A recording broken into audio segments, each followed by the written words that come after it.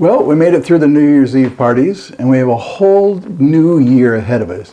How are we going to use it to our full advantage? Most people at least think about New Year's resolutions, even if they don't follow through with them for very long. How did you do on last year's resolutions? Resolutions that help or involve other people are more likely to be kept than ones focusing on ourselves.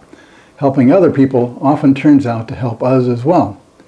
First, if you're a beginning gardener and want to start a vegetable garden, flower garden, or have houseplants this year, you need to get a copy of the Greener View Gardening book to read. That way you can begin growing plants of all kinds. Then you can share the book with a friend. Or you can invite a friend over to watch the over 440 videos I have posted on the YouTube Greener View channel here. You can binge watch one of the playlists to take a deep dive into subjects like pruning or water gardening. Another resolution, even if you live in an apartment or a condo, would be to grow some plants. Research shows that they will help everyone feel better.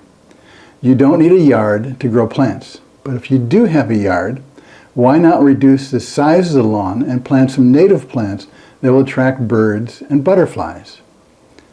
Do you know any children? Help them get away from video games and cell phones by helping them get outdoors more. Help them grow their own flowers and vegetables. Teach them about the insects that come to the flowers. This will help them start a lifetime of enjoying nature and gardening. Teach skills that involve carpentry. Start by teaching how to build and use a compost bin or a raised bed. Build a birdhouse out of a fence board as seen in one of my videos. I'll maybe put a link down below. It's in the wildlife playlist. Later, you can move up to a simple bench or table designs. And then by the time summer is over, you can build a trellis or an arbor. Again, help kids develop some lifetime skills that don't involve scrolling. Take a risk and plant a new kind of vegetable that you've never eaten before. It may become a family favorite. Plant extra tomatoes and peppers instead of zucchini so that your kids can learn generosity by giving away vegetables that people actually like. Volunteer at a local community garden, even if it's just pulling weeds. Maybe especially if it's pulling weeds. In my experience, most people will be willing to harvest. Some people will be willing to water once in a while, but few people want to do the weeding. Show kids how beneficial hard work is. Volunteer at a local school to help create or maintain a garden. Plant and maintain a tree at the school or local park.